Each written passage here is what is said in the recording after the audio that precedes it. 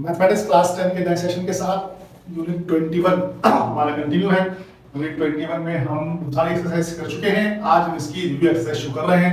यहाँ पे साथ देख लो, सामने आपके सामने रिव्यू एक्सरसाइज 21 लिखा हुआ है।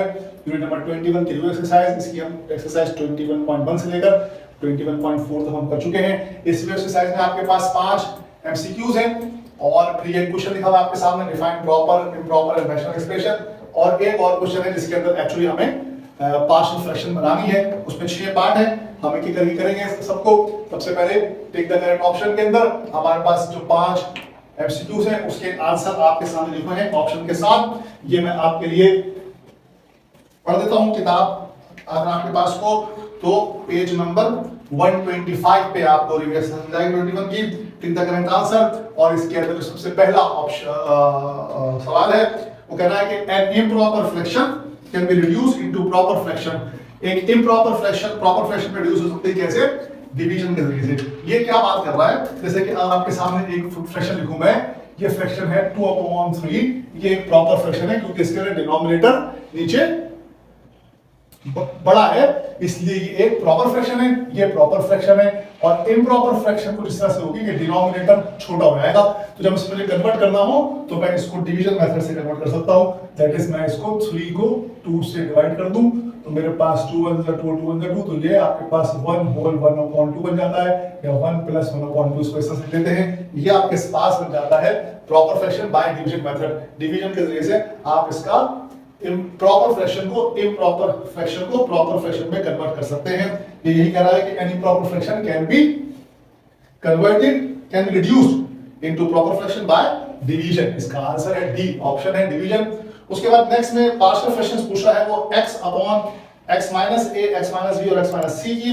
तो उसने आपसे कहा हुआ है 3 ऑप्शन दिए मैं आपको, a/x + a, x + b, x + c, a/x - a + b/x - b + c/x - c, a/x + a + b/x - b + c/x + c, और none of these, इसके अंदर बी ऑप्शन इसका करेक्ट है क्योंकि इसके अंदर तीनों वैल्यूज माइनस की है नीचे, x - a, x - b, x - c। हम तीनों को अलग अलग करेंगे तो एक a के साथ आएगा, एक b के साथ। ये a b c वही है जो हम करते रहे a1 a2 और a3 करके, ये वो कांस्टेंट कोएफिशिएंट जो हम सपोज कर लेते हैं वो वैल्यूज है। ये a b c इस तरह से आ जाएगा। नंबर 3 में इसने हमें पूरा एक सवाल सॉल्व करने को दिया हुआ है, और वो कह रहा है ये है कि x - 3/x²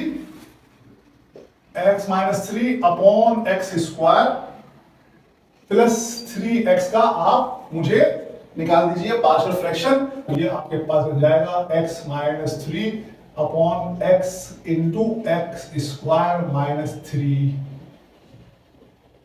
ये बन जाएगा आपके पास x² - 3, तो वो आपके पास x - 3 आ जाएगा, वो x आ जाएगा, वो -1 आ जाएगा, और वो x + 1 आ जाएगा। आपके पास जो a1x है वो x + 1 आ जाएगा, और आपके पास यहाँ पर a1 जो है वो -1 ही आएगा। ये आपके पास a2x + a3 जो है वो आपके पास x + 1 आ जाएगा। तो ये आपके पास आंसर आ जाएगा -1/x और x + 1/x² + 3। आप सॉल्व करके देख सकते हैं। इसको पहले इस तरह से बना लीजिएगा, फिर उसके बाद सॉल्व कीजिएगा। उसके बाद ये आपके पास बनेगा a1/x + a2x + a3/x² - 3। तो ये बन जाएगा a1x² - 3a1 + a2x² + a3। तो a3 आपके पास ये बराबर आएगा आपके पास x - 3 के, और आपके पास ये a1 ये बराबर आएगा x × x² - 3 के, नहीं सॉरी बराबर आएगा x - 3 के ऊपर जो डिनोमिनेटर है x - 3 के, और ये आपका आ जाएगा a1x² + a2x², और ये a1 + a2 जो है वो 0 पर हो जाएगा, और यहाँ से आपके पास 3a1 + a3 आ जाएगा। अगेन आप यहाँ पर x को पुट कर देगा 1, x को पुट कर देगा 0, तो आपके पास वैल्यूज आ जाएंगी इसकी।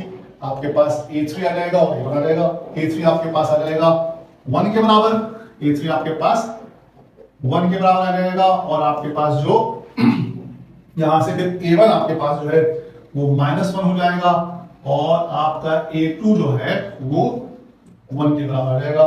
तो आपके पास ये बन जाएगा -1/x प्लस 1 प्लस x है यहाँ पर a2x + 1/x x square minus 3, ये आपके पास आंसर आएगा। यही ऑप्शन आपको लिखा हुआ है आपके सामने आपके, ये ऑप्शन आपका आंसर आएगा। ऑप्शन नंबर डी है इसमें। इसको सॉल्व कर लीजिएगा, मैंने हल्का सा इसको सॉल्व कर दिया है, आप इसको प्रॉपर्ली सॉल्व करके देख सकते हैं कि किस तरह से सॉल्व होगा। आसान सा सवाल है, कोई बहुत मुश्किल क्वेश्चन नहीं है ये।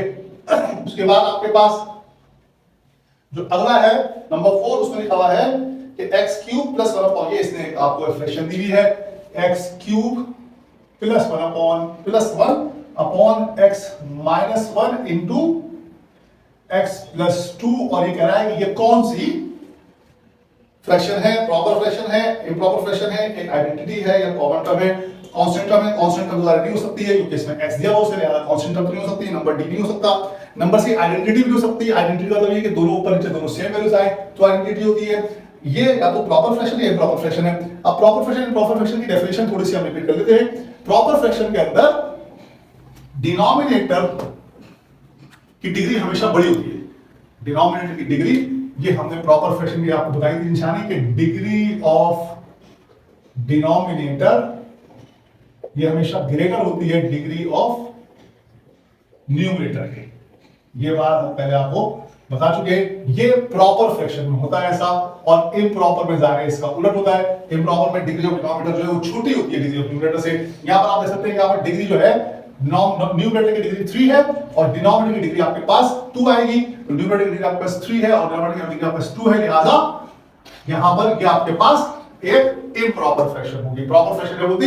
जब डिनोमिनेटर की डिग्री बड़ी होती तो प्रॉपर फ्रैक्शन होती। जैसा कि नीचे नंबर 5 में है। नंबर 5 में जो उसने हमें एक्सप्रेशन दी, जो फ्रैक्शन दी है वो है 2x प्लस 5 अपॉन में x square plus 5x plus 6 upon में x square plus 5x plus 6। ये हमारे पास दिया हुआ है। अब यहां देख सकते हैं आप कि इसकी डिग्री 1 है, इसकी डिग्री 2 है, डिनोमिनेटर की डिग्री न्यूमरेटर की डिग्री से बड़ी है, लिहाजा ये एक प्रॉपर फ्रैक्शन है। अगेन यहां पर लिखा है proper fraction, improper fraction, both proper improper, और नन ऑफ दिस, ऐसा कुछ भी नहीं है। चूंकि इसकी डिग्री जो है वो न्यूमरेटर की डिग्री से बड़ी है, डिनोमिनेटर की डिग्री न्यूमरेटर की डिग्री से बड़ी है, लिहाजा ये एक प्रॉपर फ्रैक्शन होगी। ये आपके सामने पांचों एमसीक्यूज हमने सॉल्व किए। इसके बाद क्वेश्चन नंबर 2 इसका लिखा हुआ आपके सामने, define proper and improper and rational expression. होगा ये एक्सप्रेशन तो हमने लिख दिया जाए। सवाल देख लेते हैं क्या है। फ्रैक्शन होना चाहिए सवाल के अंदर जी, ये लफ्ज फ्रैक्शन है, यहां पर एक्सप्रेशन लिख दिया गया। एक्सप्रेशन तो यहां पढ़ चुके हैं 9th क्लास के अंदर, फ्रैक्शन है।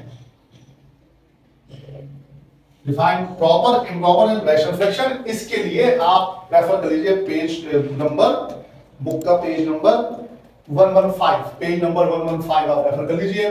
पेज नंबर 115 पे बुक के आपको इन तीनों की डेफिनेशन मिल जाएगी। यहां पर आप देख सकते हैं ऊपर से लिखा हुआ हेडिंग ये है, define proper improper and rational fractions, और फिर उसके बाद उसने पहले रैशनल फ्रैक्शन डिफाइन की एग्जांपल के साथ, फिर प्रॉपर फ्रैक्शन डिफाइन की एग्जांपल के साथ, और आखिर में उसने आपके लिए इम्प्रॉपर फ्रैक्शन डिफाइन की है एग्जांपल के साथ। अगेन इसमें यही है कि रैशनल फ्रैक्शन तो कोई भी फ्रैक्शन हो सकती है जिसमें भी ऊपर नीचे लिखी हुई रकम अपॉन की शक्ल में हो, कोशेंट की शक्ल में हो, 2 पॉइंट नंबर्स लिखे हुए, वो रैशनल फ्रैक्शन आती है। प्रॉपर फ्रैक्शन के अंदर डिग्री जो है नीचे वाले की डिग्री बड़े वाले की डिग्री से बड़ी होती है। इसमें लिखा हुआ है if the degree of numerator is less than degree of denominator, तो ये एक प्रॉपर फ्रैक्शन होगी। और ऐसी रैशनल फ्रैक्शन जिसमें डिग्री ऑफ न्यूमरेटर बड़ी या बराबर होगी, इक्वल होगी या बड़ी होगी डिग्री ऑफ डिनोमिनेटर से, वो आपके पास इम्प्रॉपर फ्रैक्शन होगी। ये डेफिनेशन यहां से आप देख सकते हैं, एग्जांपल लिखी हुई है, यहीं से आप इसको जो है वो कॉपी कर लीजिएगा। ये 1.1 हेडिंग है, define proper improper and rational fractions, और पेज नंबर 115 पे है। यहां पर हमारे एक्सरसाइज, रिव्यू एक्सरसाइज के 2 सवाल हुए, क्वेश्चन नंबर 1 और 2। अगले सेशन में हम इसके क्वेश्चन नंबर 3 सॉल्व करेंगे। क्वेश्चन नंबर 3 में हमारे पास 6 पार्ट हैं। देखिए हम इसको किस तरह से करते हैं 6 पार्ट्स को।